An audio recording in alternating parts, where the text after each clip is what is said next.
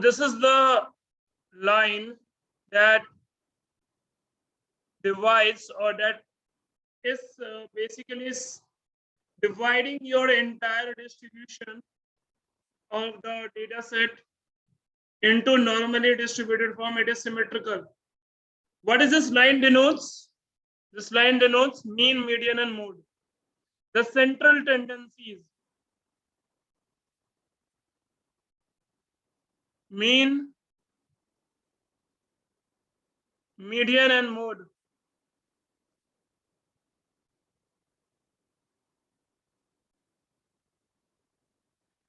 Mean, median, and mode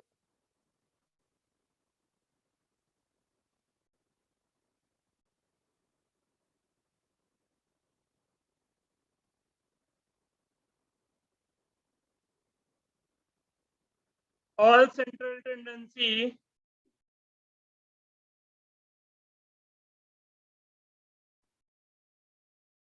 are same.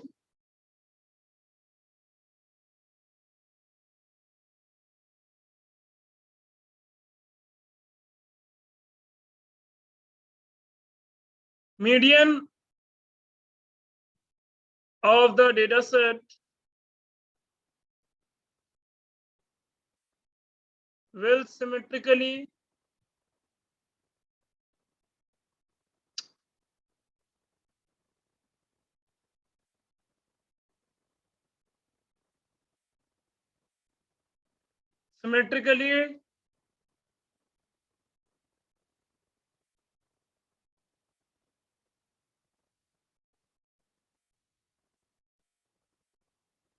split the distribution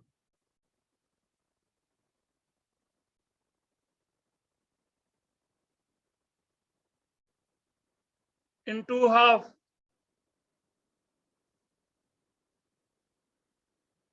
That's the most important thing here. Let's say this is denoting marks.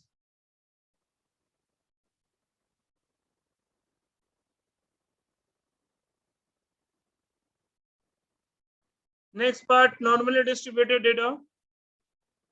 It is also called as Gaussian.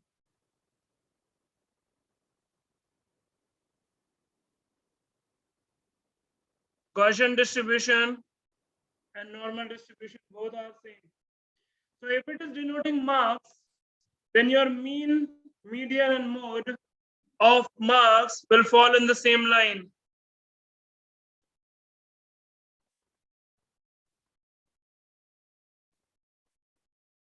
They all will fall in the same line. Median, mean equals to 0. Okay, mean equals to 0. There you go. Mean or median, both will fall in the same line. From minus sigma to plus sigma, this will be near about how much? 68.2. 68.2. This is 95.5%. Here what you can see is it is 95.5%. The third part or the last part, 9.5%. Now it is said that if your data exceeds this in the standard normal deviation, I'm saying, in case of a standard normal deviation, normal distribution, if any of the data exceeds this limit, they comes under outlier. Okay, the Z value greater than Z score value should not be greater than plus minus 3. If it exceeds, that comes under your outlier. So standard deviation is a bit different from your standard normal distribution is different from your normal distribution, and this is how it is different. Okay, Otherwise, the distribution, both the distribution will give you the bell-shaped. All right. Remember this part. Now, from the standard deviation, I'm just writing here a formula of standard deviation. Deviation is denoted by summation of I is equals to 1 to n xi minus x bar square. Standard deviation is for sample case. There is one more standard deviation formula. So my question is, why there is a n minus 1 here and why this is n for population and for sample? All right, this is called as your box plot.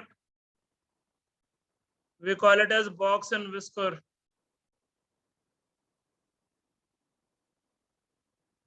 That is called as median.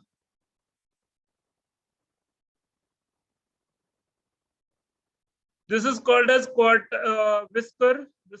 The word is mentioned here, quartile. Quartile 1 is 25th percentile.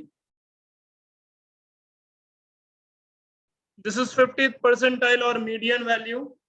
And Q3 is 75th percentile quartile. This is your minimum range. That's your max range.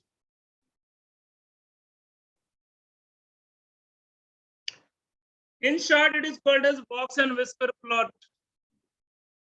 Box and whisker plot. This is called as your min range. What is IQR? Q3 minus Q1. Max.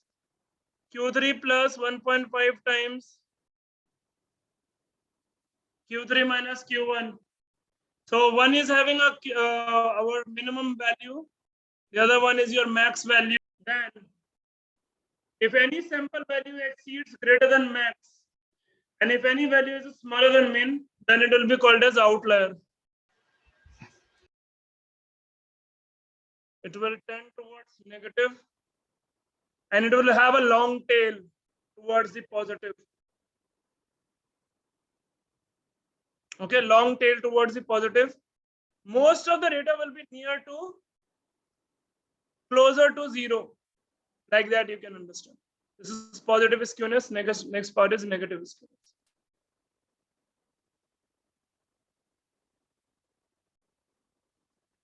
In the negative skewness, if your data is not symmetrical, then there are only two chances. One, your data will be positively skewed. Two, your data will be negatively skewed.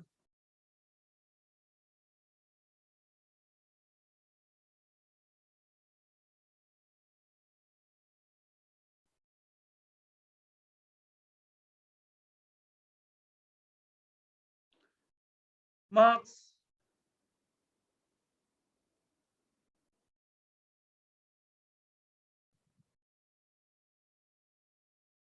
On this side, it will be frequency, isn't it? It will be frequency. And here is your range of marks. Now, class, please remember it that this is your mode. This particular line is mode.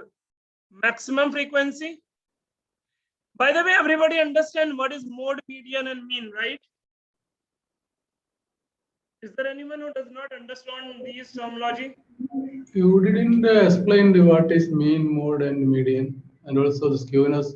You are not explaining the terminologies. What are you using? I will expect that everybody understand mean, median, and mode. That's why I asked. Mean, median, mode is like even the kids knows it. It's that type of thing. That's why I did this explain. And other terminologies I have already explained here. Sir, mode, can you please explain, sir? Mode. Okay, that's strange thing.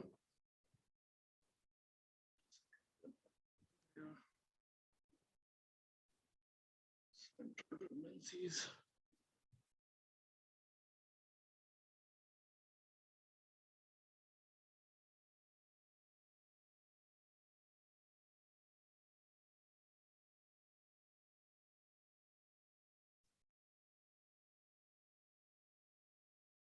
In the central tendency, there are three terminology that we use. First is mode. This is the maximum frequency.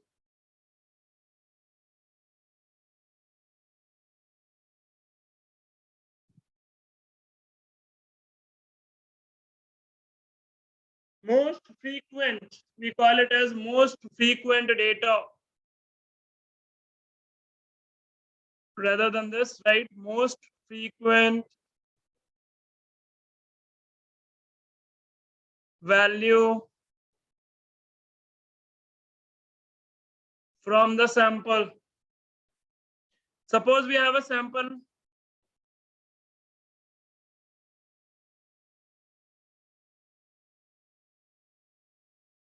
We have sample like this. 10, 10, 15, 20, 22, 25, 32, 35, 35.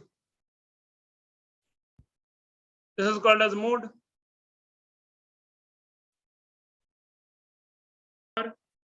We are taking here the sample, total sum of samples divided by number of samples. If you have an odd number, then it will be number of sample plus 2th term. Yes, class. For this, it will be n plus 1 by 2th term.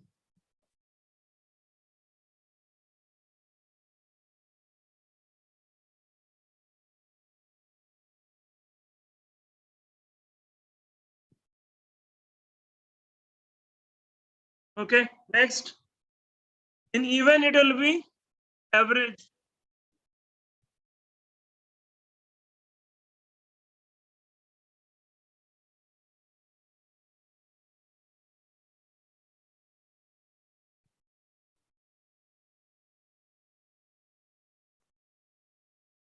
N by 2.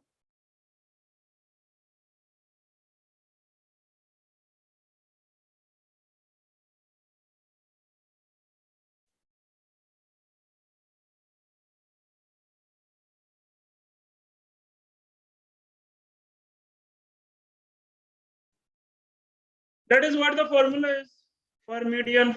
In case of even, it will be average of 2 terms. This and this. And for odd, it is n plus 1 by 2th term.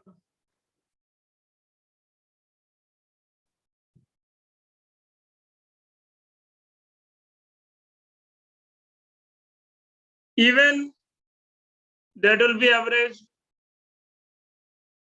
of n plus 2th term and n plus 2 plus 1th term. That's what your central tendencies are.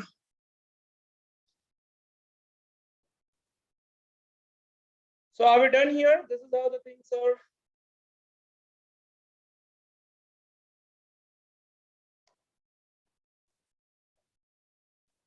If your data is not normally distributed, then data will be skewed. There are two scenarios of positive skewness and negative skewness are there. Mode, median,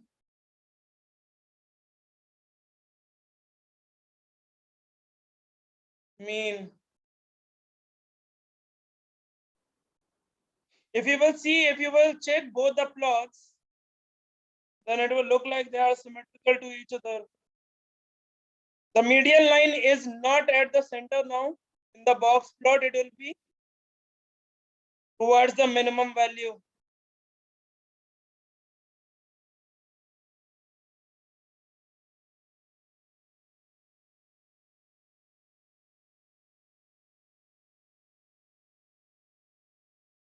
Quartile 1, quartile 2, and quartile 3. Median, quartile 1, quartile 2, quartile 3. That's how it is. There is a difference here when your data is distributed. That's how your data is distributed. For negative skewness and for positive skewness, that's how your data is distributed. You can see this is your A, MED-V. MED-V is normally distributed. Age is negatively distributed. So how does we can differentiate? In the same data set, two samples are showing two different signs.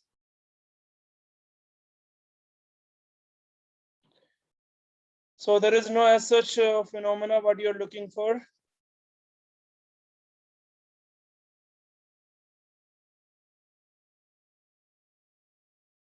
Next here, the next part that I'd like to discuss will be about how to create a box plot. SNS.boxplot will pass here iris_df. What you're seeing right now is box plot. What is the role of box plot? It shows us the distribution of the data. By looking into the distribution of the data, we can see n plus outliers also.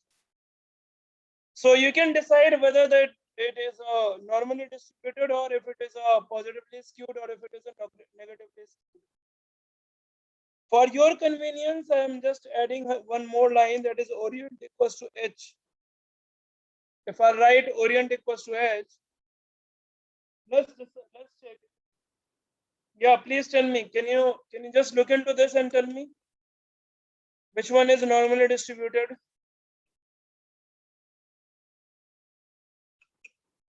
Red one.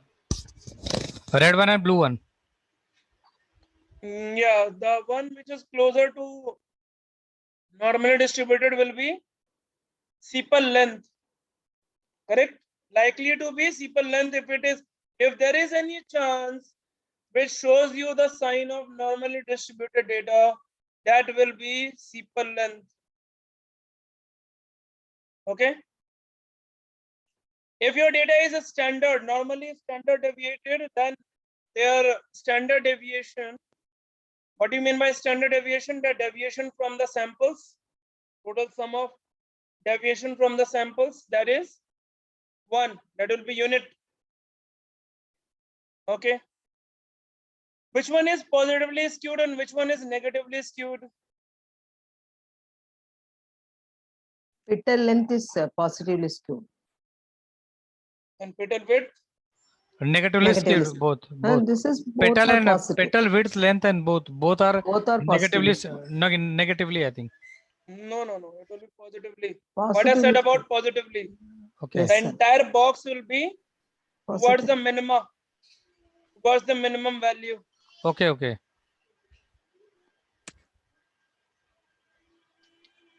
If entire box is toward minima, then it is positively skewed.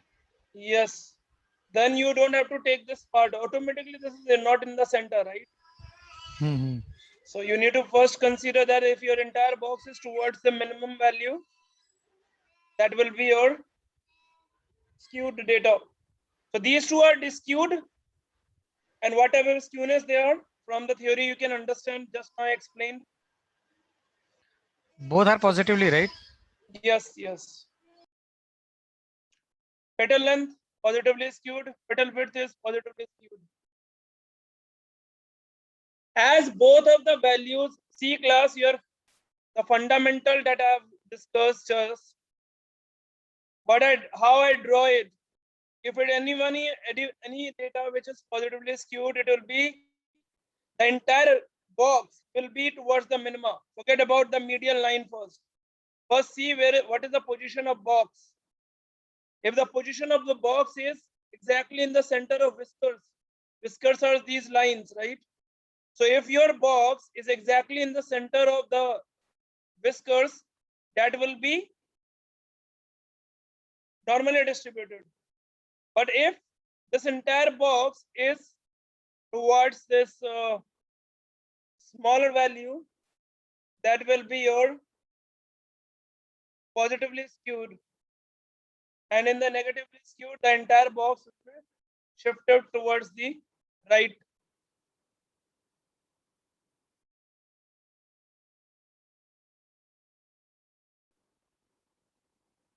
Next part is correlation.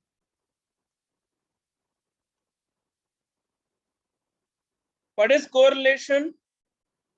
So correlation between two values gives us the detail about linearity. It is multivariate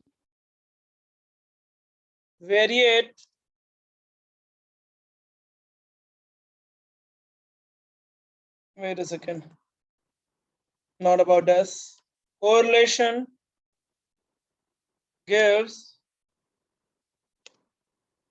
linearity between two values. There are two samples here, and between two samples, we are trying to find out the correlation.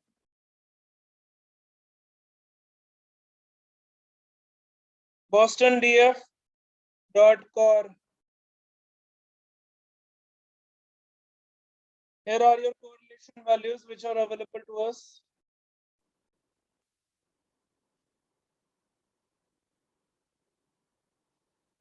Next is SNS.heatmap.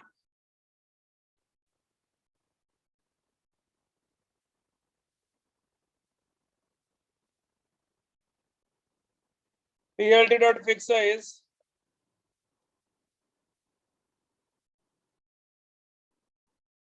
PLT.figure. Fix size equals to 10,8.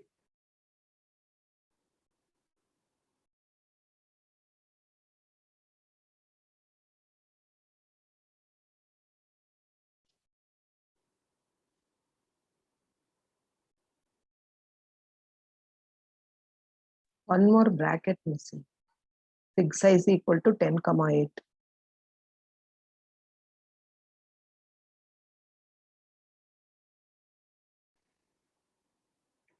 Actually, you will get this type of output. Let me just check.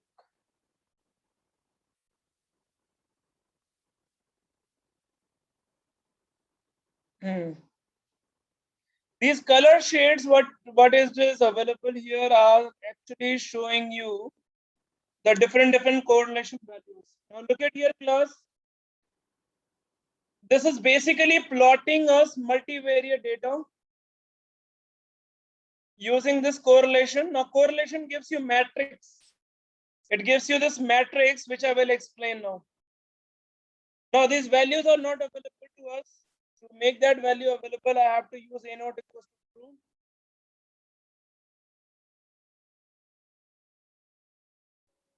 A naught equals to true.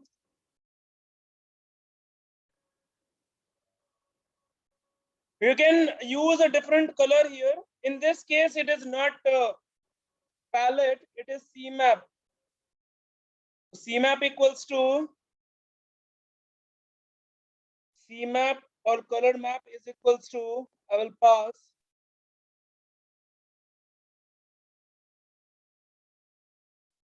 red and purple.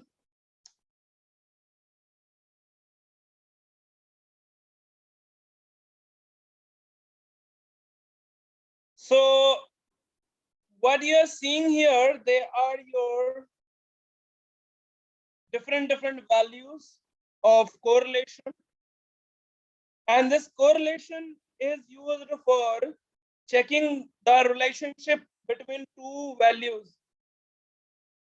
Okay, between two input data, it is used for checking the relationship, whether it is linear, whether it is directly proportional, if it is inversely proportional, what kind of a relationship is it?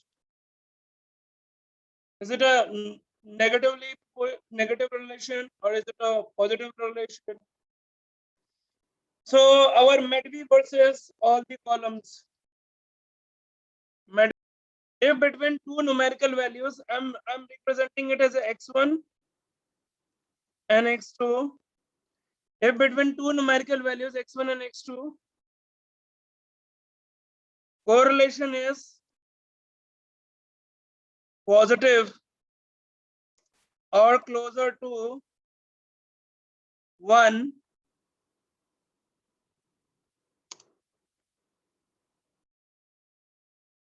relation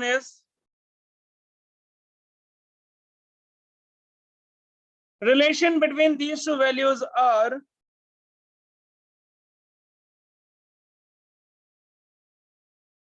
linear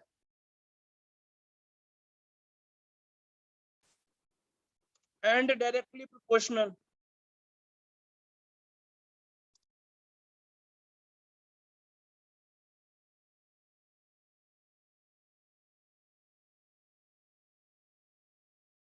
Please write it somewhere. If between two numerical values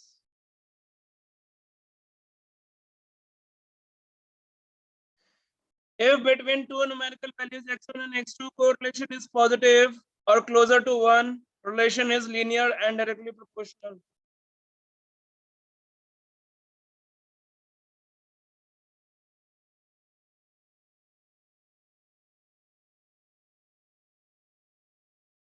If between two numerical values x1 and x2, correlation is negative and closer to -1, relation is linear, but it is indirectly proportional.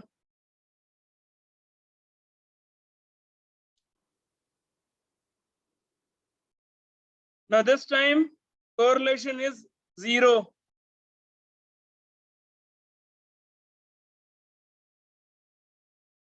Between x1 and x2, correlation is 0. Relation between them is no relation.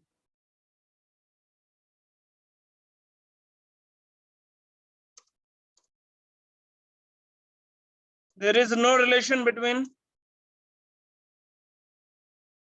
two samples.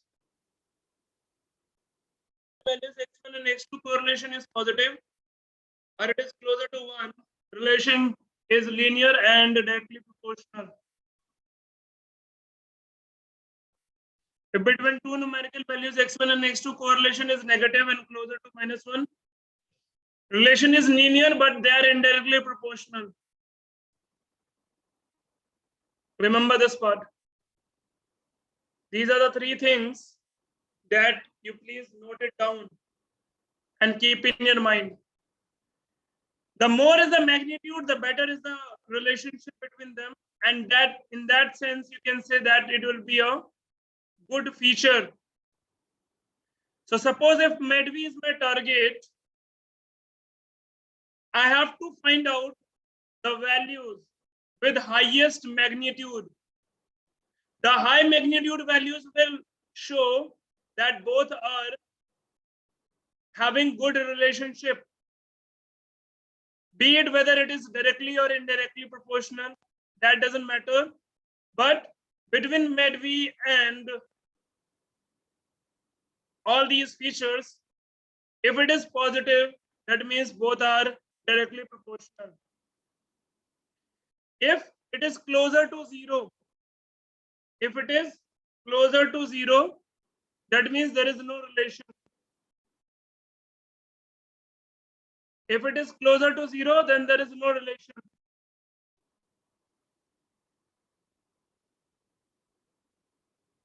And if there is no relation, that means those samples, those data are having no relationship.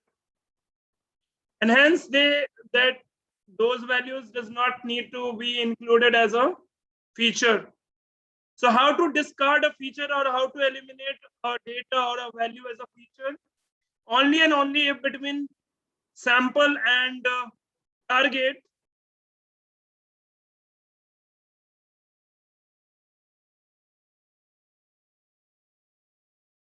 if there is no relation between them, that means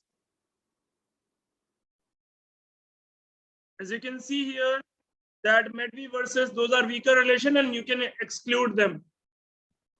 It is not important to include them as a feature.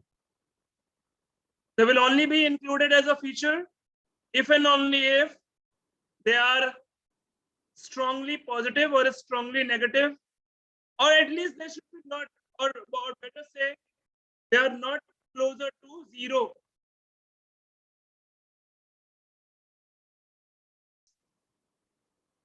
Feature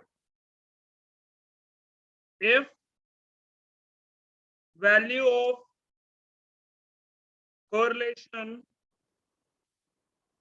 between X and Y target is zero, is closer to zero, exactly zero,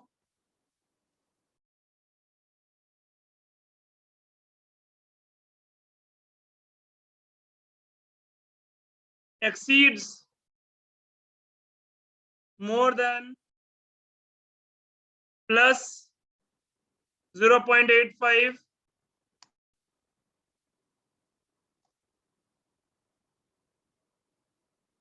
or minus 0.85.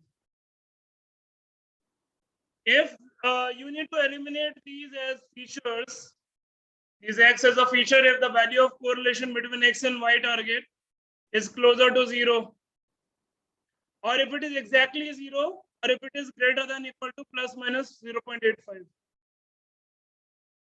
If your target versus X exceeds more than 0.85 plus minus 0.85, or if it is greater than zero, or if it is closer to zero, in all of these cases, you will eliminate that feature.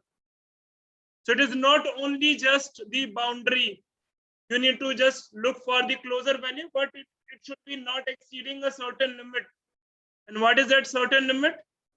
0.85. Remember that that's the threshold value. But why we are not considering 0.85 and above value? Is there any reason? Because that is called as multicollinearity. And in as per the you can say assumptions of regression, multicollinearity should not be present. Okay, okay. Multicollinearity means both are equal.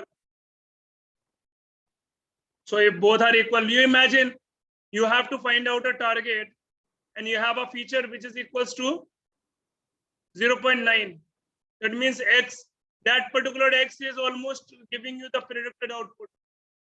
Model is not dump model, right? It is a mathematical model. What it will do, in spite of establishing the relation with all these features, it will try to say that, okay, whatever this particular X is coming up, the Y seems to be exactly same or closer to it.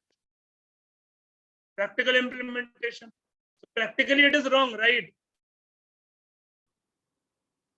That's why we need to eliminate those features.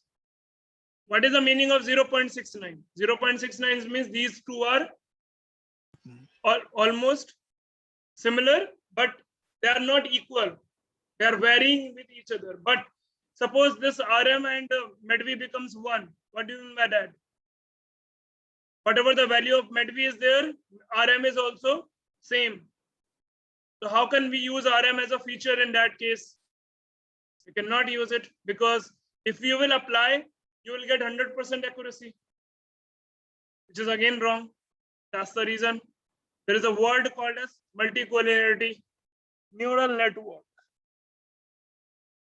So we'll come back to that part later. Let's have just a basic history here. So we all, our human brains have got this type of important cell that helps us to learn these concepts. Whatever you are listening right now, you're coding, all these are because of our natural intelligence that is provided by the neuron, the cell. The structure of biological neuron is something like this, where we are having dendrites, which are tree-like structure. They have tree-like structure here, as you can see. And these tree-like structure are very important, dendrites. dendrites in the neuron, in our biological neuron I'm talking about. So in biological neurons, the neurons, each neuron cell uses dendritic tree-like structure to grab multiple inputs from, to take the multiple values, and those are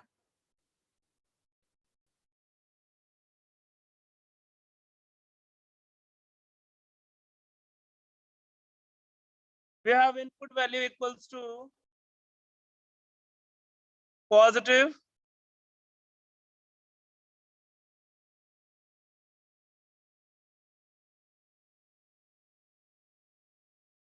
and we have got negative equals to -1.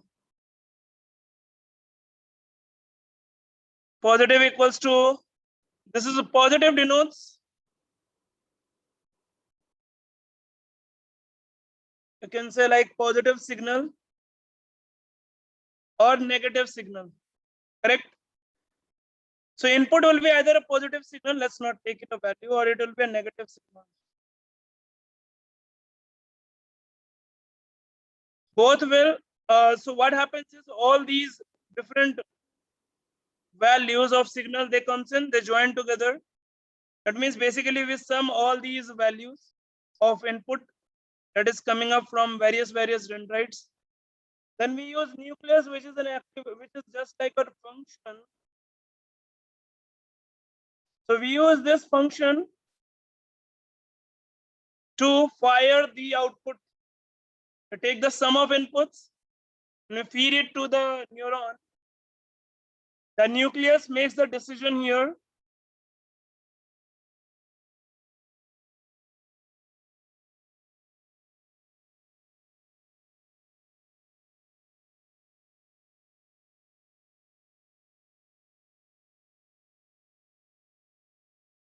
Decision making function.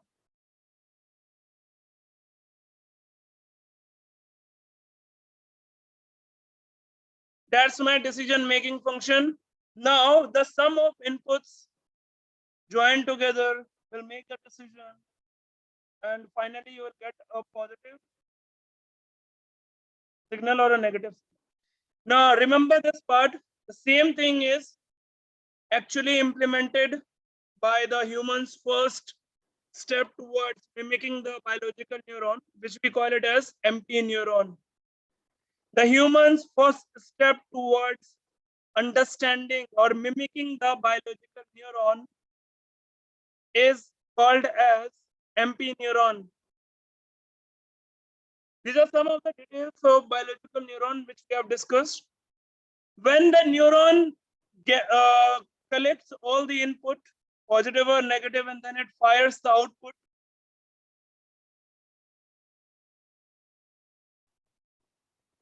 join. That means this is your, these things what you're seeing, they are your axon part, they are the terminal buttons. It fires the output, and it the dendrites, they absorb the input data. So both of you neurons, they join together, and that's how it is. That's called a synapse.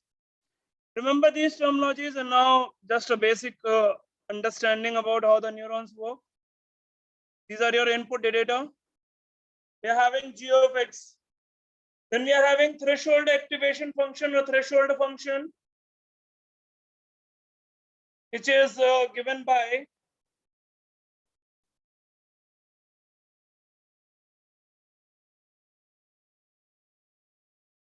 this activation function or threshold activation function.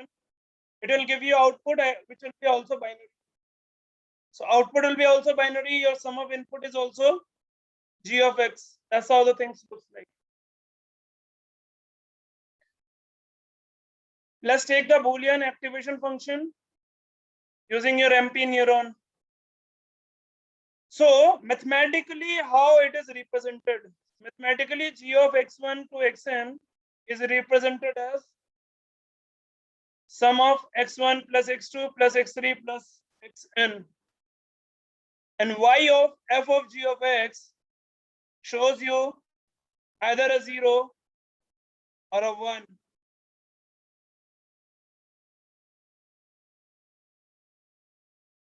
when it will be 0 or when it will be 1? G of x,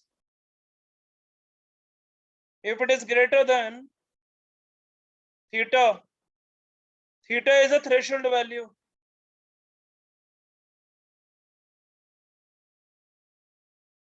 Theta is a threshold value. So if your g of x is greater than theta, then the output will be 1. If g of x is smaller than theta, it will be 0.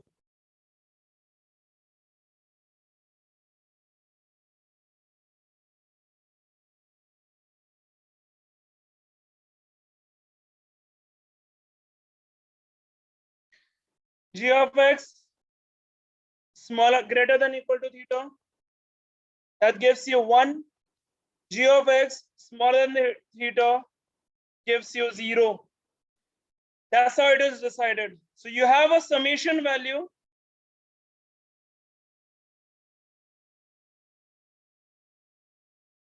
And here we are having f of g of x.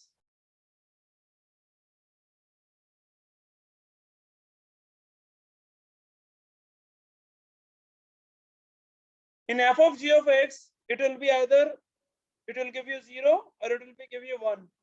That is what it was there mentioned as well. Understood?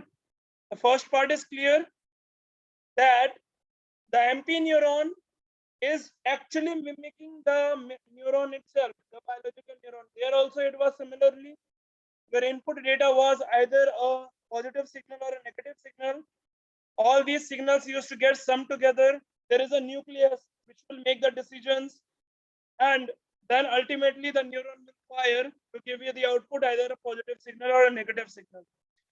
Here, the difference is that in the MP neuron, they have actually used, in spite of signal, they have used values. Values will be either 0 or 1, because their eminent idea was to, all right. Now, in the first neuron, there was no space for your samples, like normal sample. There were no inclusion of continuous data. So neither of these values are continuous, because that is not how it was designed, right? So as the things progressed and the data started getting generated, there was itself but requirement like, okay, fine, how about if your data is input is continuous? Then obviously this was failing to satisfy, correct? So they come up with an idea to enhance this, and that the neuron that we know is basically called as neuron. This is called as MP neuron, and the enhanced version of the MP neuron is called as simple neuron or perceptron. So remember it, it is called as the perceptron or the neuron.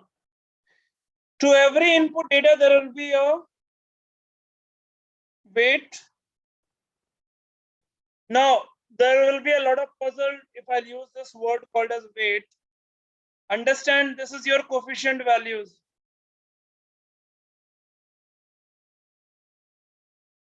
There's a terminology called as bias.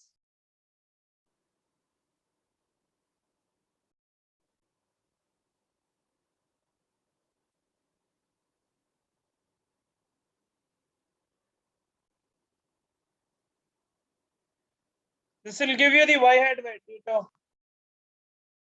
A neuron or a perceptron value, coefficient of input feature, they are called as weights that we have taken. Here we are summing all these input data. We are taking the activation function. And then we are having this y-hat value which is coming up. What is y-hat? Y-hat is your predicted outcome.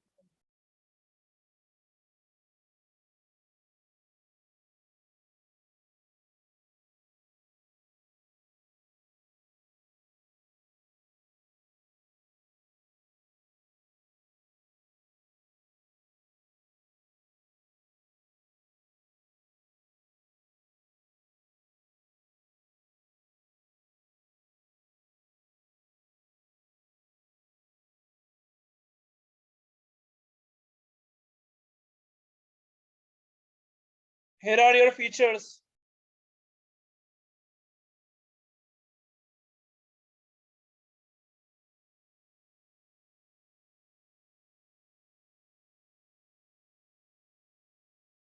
These are your, now understand that in the neuron or perceptron, what is the difference?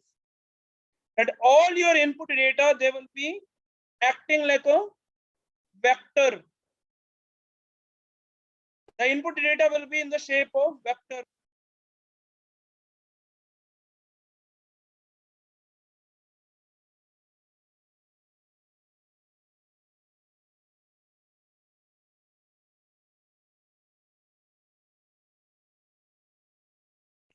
Input data.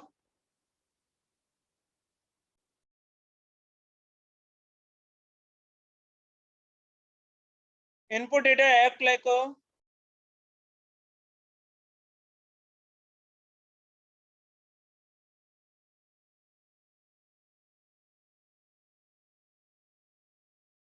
a feature vector.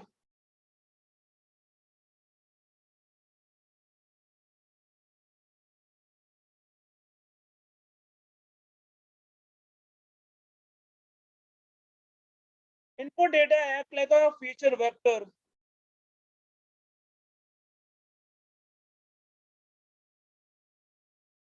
Shape of the data is n cross 1.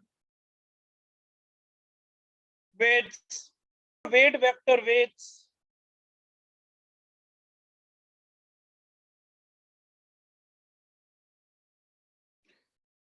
X value is your input data that act like a feature vector, and W is your weights.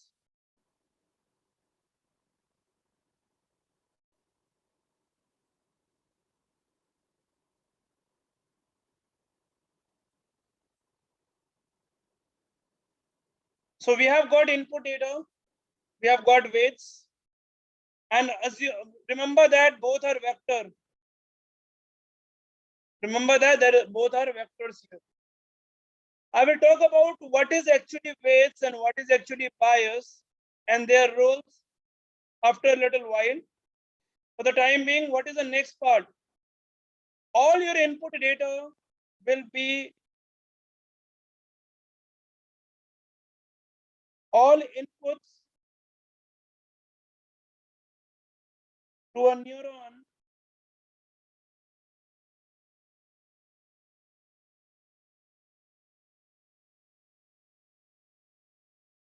all inputs to a neuron will be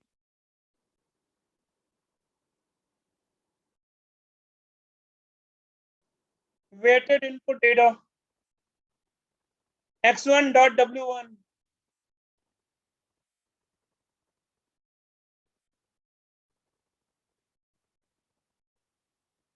That's how it is. Just take the sum.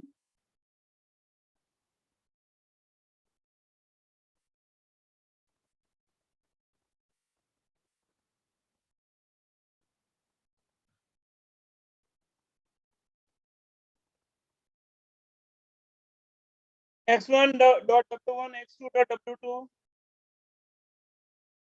x3 w3, xn and wn.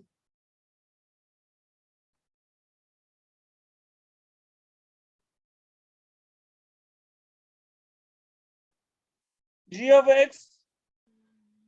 Bias is also there, na? Yes. That I will be adding in the end because I have to highlight. So just a minute. Xi 1 to n,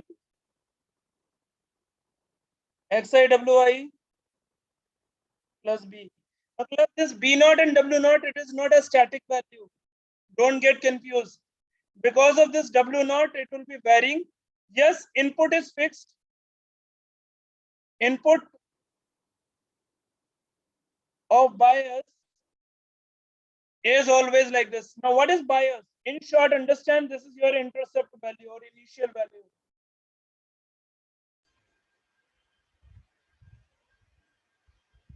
But this is not constant, as there is a w naught, which is a variable that will keep on varying the value of the input value or input of the bias.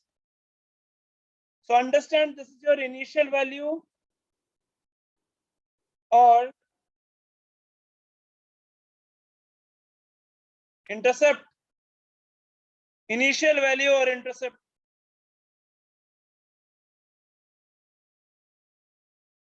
Here is your g of x data is given by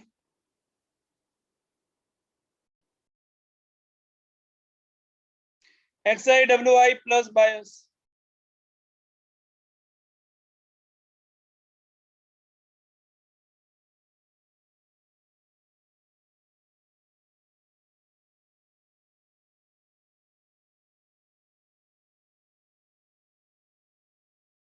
I equals to 1 to n.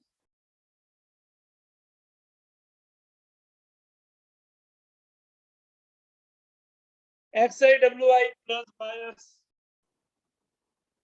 And that's how it is.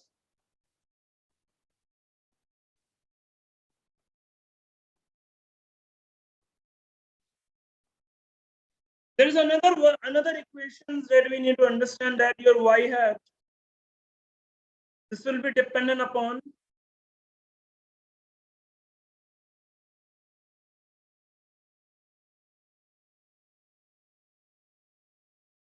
f of summation of xi wi plus b. Right. I equals to 1 to n xi wi plus bias. That is v naught and w naught.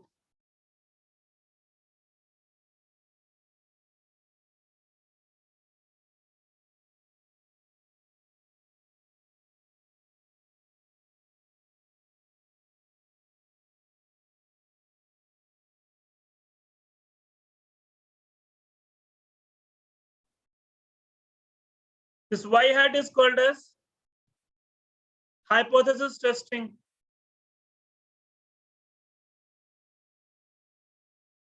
Sorry, hypothesis equation. Why they are called as hypothesis equation? Because this gives you the predicted output. This gives you the predicted output. This gives you predicted outcome, and this gives you, this reads the input data. This is the equation which we need to train. Once this equation will be trained with the sample, then only you will give new sample here, which will give you a predicted outcome. But equation doesn't change. The values changes. Values of what? Values of V naught and beta 1. So similarly, here also, our weights value will be adjusted to make this model a better fit. The role of the input data which you feed is not creating the equations. It is about making your model a fit model. That's why the word is fit. Initially, all your equations are naive. That's why they are just hypotheses. That we assume that this is the equation. And by assumption, we proceed further. And then we find out what are the exact value of weights and what are the exact value of biases. And once that is possible, only and only into the step of training, where your input data will be present. I think you have the clarity where you are going wrong. You are trying to merge the input data with the concept of equations. The input data role is to make your equation better equation with finding out the values of weights and biases. The same equation, but the difference is this is your capital X and this is your weight T. Now please tell me why it is T. T stands for transpose. So why transpose?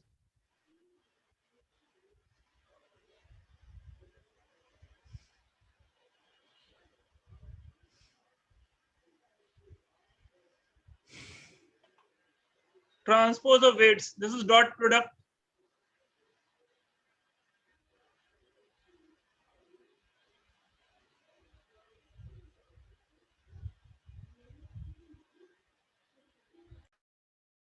This is vector multiplication which is going on, or matrix multiplication. The ultimate thing is we are having a dot product. Now see the shape class.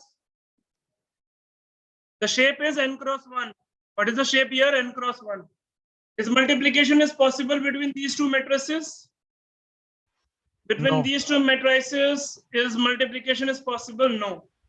So what we do is we take a weight, we just transpose the weight, and then we take the dot product. So generally, this is the equation of a neuron. Valid or true when I say a neuron takes multiple input and gives multiple output. A single neuron. What do you think? Just write your answer yes or no. Nothing else. Is neuron is capable of taking multiple input and multiple outputs? You need to write your answer.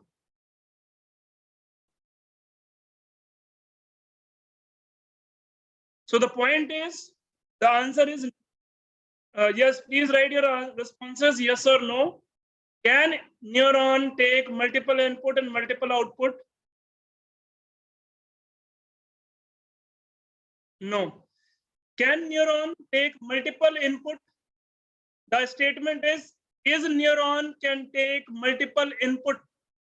Right, yes or no? Can neuron take multiple input? Yes. Can neuron give only single output? Does neuron gives you single output? Single neuron? Yes. So actually a neuron is, this is where a little bit of confusion, or you can say those who are students especially. These are kind of an interview questions. Okay, a single neuron. So I'm taking up an example and illustration to give you an detail what is the meaning of a neuron and how does the neuron actually takes a decision after getting trained. What is the equation? So there are two inputs here. Let's say first equation is input is x1, which is about height. The second input is x2.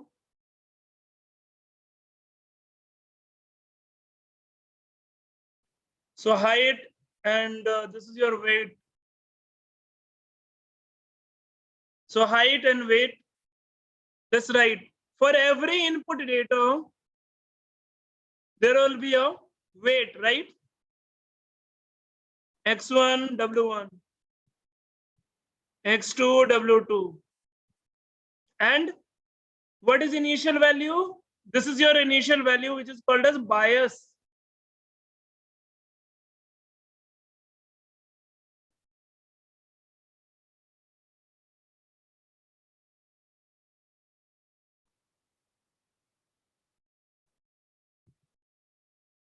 Initial value, which is bias. X1, W1, X2, W2 plus B0, W0 equals to 1. Or let's say, I'm not writing with 1, let's say it is theta.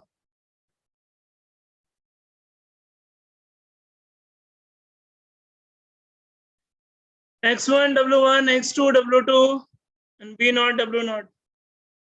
This is equals to theta.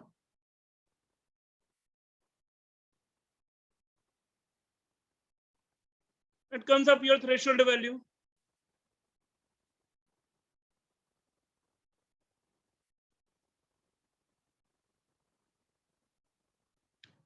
This is greater than theta.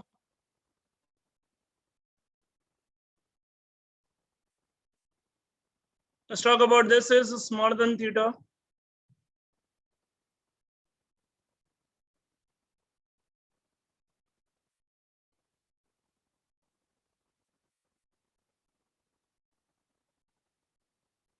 Greater than equal to theta.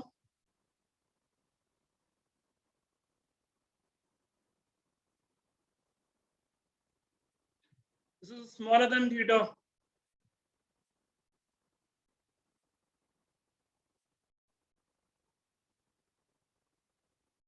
Yes, let us say this threshold value has been set up by us. Say it is 0.5 or anything like that. Okay, this is the decision making. Okay, we use different equations to have different threshold values. Okay, like we have got sigmoid. Okay, we'll come back to that part later. First of all, we need to understand this section. Okay, understood this part, how your neuron actually mean. What is the meaning of neuron? So it is a linear equation, correct? That's why it is called as linear neuron. This type of equation is called as a linear neuron. We have a threshold value. So comparing here, that if your input data is equal to threshold, or if it is smaller than the threshold, or if it is greater than equal to threshold. If it is greater than equal to threshold, then it will be, let's say, obese. If it is smaller than threshold, then we'll say that it is not obese.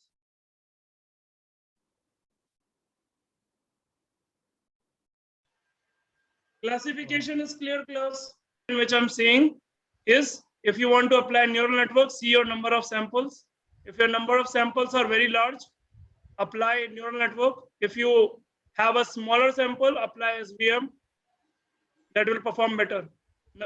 Who might have confusion about when to apply machine learning and when to apply deep learning, correct? The point is very simple, class. In the practical stuff, especially, if you will see any research paper, in that case, you will see that they all apply all the algorithms. Yes, what I said about the neural network is, if your number of samples are large, that will be better. The performance of the neural network will be mostly better. But there is no as such rule. There is no as such rule. So what we do in the research papers are that we apply multiple algorithms. In any one of the problem statement, whenever it comes, apply multiple algorithms. Yes, more data, more knowledge, correct. The point is, suppose a classification is there. So in general, we apply everything like neural network regression, neural network classification, support vector machine, logistic regression, decision tree, and random forest. Now we will compare. Which has got the best performance. Is neural network classification is giving us best performance? Choose that. Is SVM is giving you better performance? Choose that. Or if logistic is performed better, choose that. So it depends upon the data and the algorithm. In some data, your support vector machine will fit better. In some data, your neural network classification will be performing better. So this thing you keep in your mind, because I know this question will come later.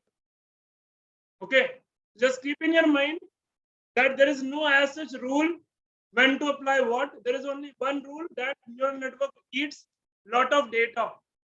And those illogical differences are there, which is non-practical differences, that for deep learning, it mostly requires GPU, and neural network machine learning runs mostly on CPU. Those things are illogical in context to practical. In practical, what is important is the performance of the model. So unless and until you are not applying it, you cannot say anything about any of the algorithms. You cannot question. Okay. So remember this important note, what I said. Coming back to the OR gate.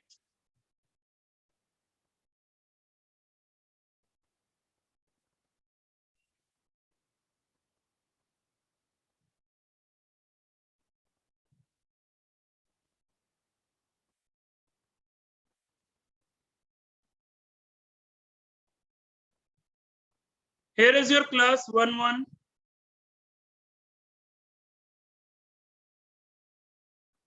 This will be 0 and 1. 0, 0. This is 1, 0. Now it is a theoretical part of how exactly the neural network works.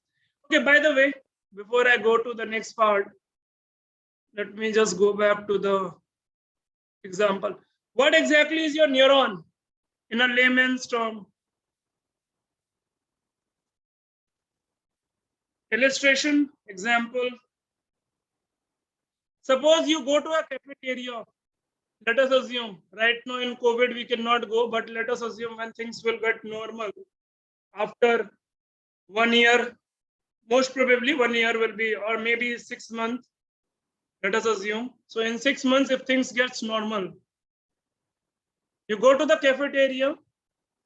Your diet consists of fish, chips, and drink.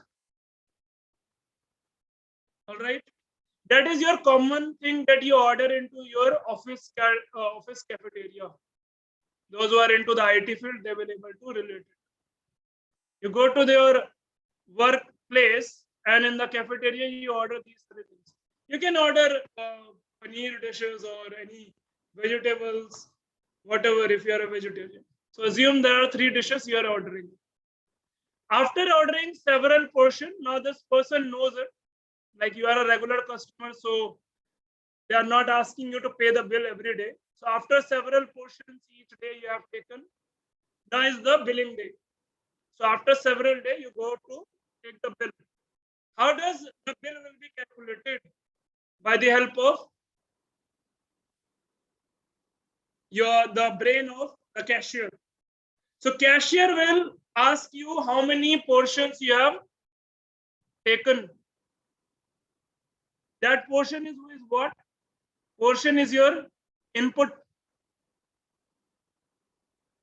Suppose you have taken 10 portions of fish, 5 portions of chips, and 20 portions of drink. Any other drink, like in this case, it is taking beer or anything, maybe some soft drinks or cold coffee, tea, whatever it is, or maybe juice. So you are taking any drink here. Those price tag, the price is called as weight. This price of the weights is called as weights. Moving ahead, let's take the cashier's brain. We have taken 2 portions of fish. This is your X1. That's your X2. And this is my X3.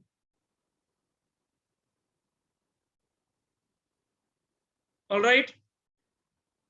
Now here in this X1 and X2 and X3, when you see, these are your input. Like it is assuming that your input value is 2, 5, and 3. And the price of each price of fish, a price of chips, and price of drinks. Those are called as your weights. Those are called as your weights. And like this, your Y will be calculated. Now suppose what is the neuron then? So a neuron is like, suppose the same problem you want to ask a neuron to solve. So in the neuron, what it will do is it will first take arbitrary values of weights. Let's say 50, 50, 50. Okay. 50, 50, 50 is your, supposingly, let's say these are the values of the weights by the neuron. This was the brain. Human brain knows what is the price of every or of each and every things that you have eaten. But suppose in spite of the cashier brain, you are relying onto a robot. And in the robot, there is a neural network. So how neural network will start? Initially learning about calculating the price. So initially, let's say they have taken 50, 50, 50 as your weights value. Okay. These are your input data. These are your input data 2, 5, and 3. You will multiply each other, and let's say it is coming out to be 500. Now the learning will start from here. Okay, what will be the learning? That it will compare whether it is a correct output or it is a wrong output. If it is a correct output, then it is fine. If it is a wrong output, then the weights will get adjusted. These price will be adjusted. What is wrong here? If you will get an error in your neuron, here when the neuron is calculating the price and it is an error, that error is because of wrong values of each and every product or each and every food that you have taken. The price is not correct. What is price representing? Price is representing weights. Hence justified that when it comes to training, what will adjust itself? Weights. Okay, got it? This is your example to let you understand what is the meaning of input and what is the meaning of weights.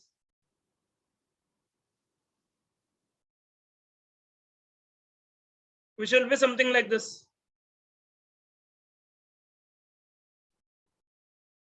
That's the decision boundary.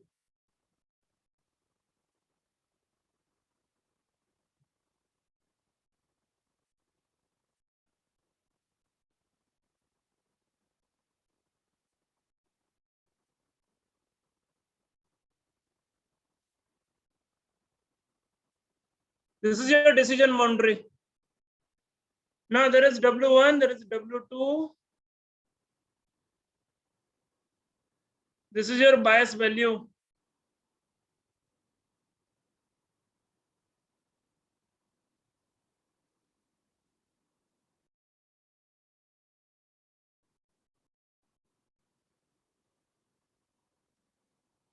This is your Y hat value. Now this is your X1. That's your X2. Now we don't know what should be those values, right? We are completely clueless about what should be this value. Because all your decision boundary, that means this Y hat value, and there will be an activation function. Now this is suppose that if your value exceeds 0.5, then we will say that your output is 0. Sorry, if it exceeds 0.5, I will say that output is 1, otherwise it is 0. Let me write the equation. So your Y hat is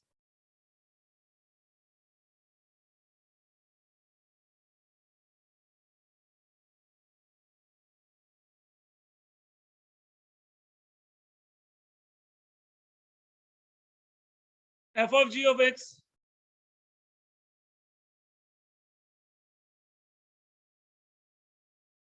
x1 w1 x2 w2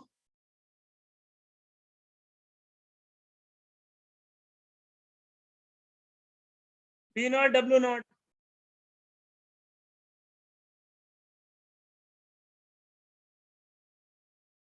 This will give you g of x.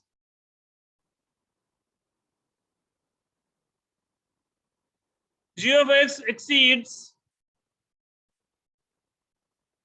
0.5.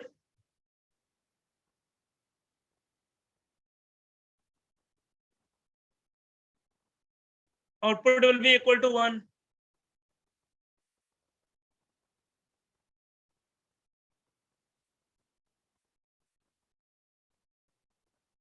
G of x is smaller than 0.5.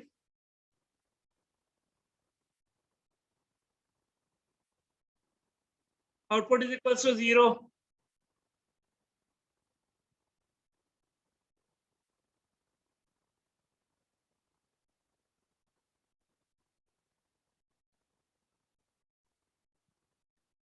Output equals to 0. G of x is smaller than 0.5, then output will be 0. If g of x is greater than 0.5, then output is 1. So your f of g of x is equals to g of x. Now, how does these values will appear? So they will go through the training and we'll get the values. We'll get the values. X1 is 0, X2 is 0. Suppose we have got the values of W1. Now I'm assuming that this is plus 1. W2 is also plus 1. W0 is minus 0.5. Remember this.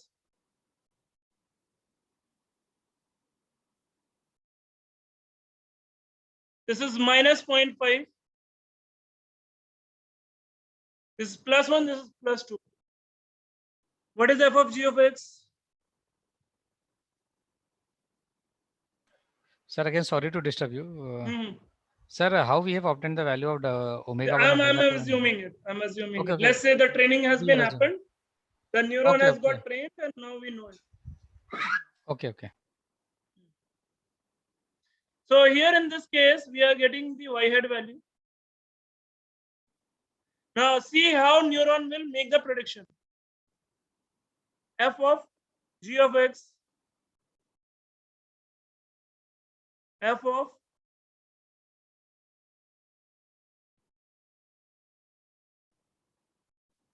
okay, got it. Now b, in spite of b, we can write like b naught w naught.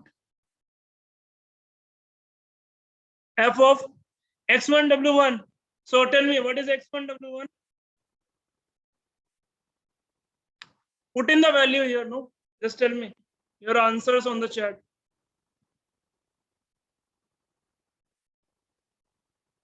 Not identity function, sir. It is called as linear function. Activation function is linear. 0, correct? X1 W1 is 0. X1 is 0. W1 is 1. So it is 0. X2, W2, 0. Okay. X2 0. W2, whatever the value. B naught W naught plus 1 minus 0.5. Okay. Now f of g of x, what I said is it will be x only. Sorry, g of x. So g of x is how much? Minus 0.5. Now just took this output. Is your g of x is greater than, if your g of x, this is your g of x, right? So is your g of x, which is 0.5, is greater than 0.5 or is smaller than?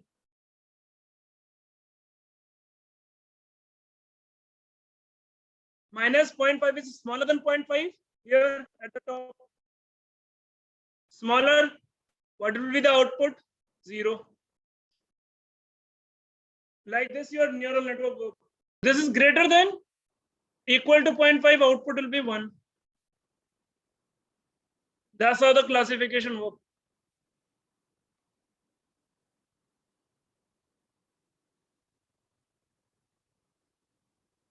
So we are comparing here that your g of x, if it is greater than 0.5, then output will be, final outcome will be 1. Otherwise, it will be 0.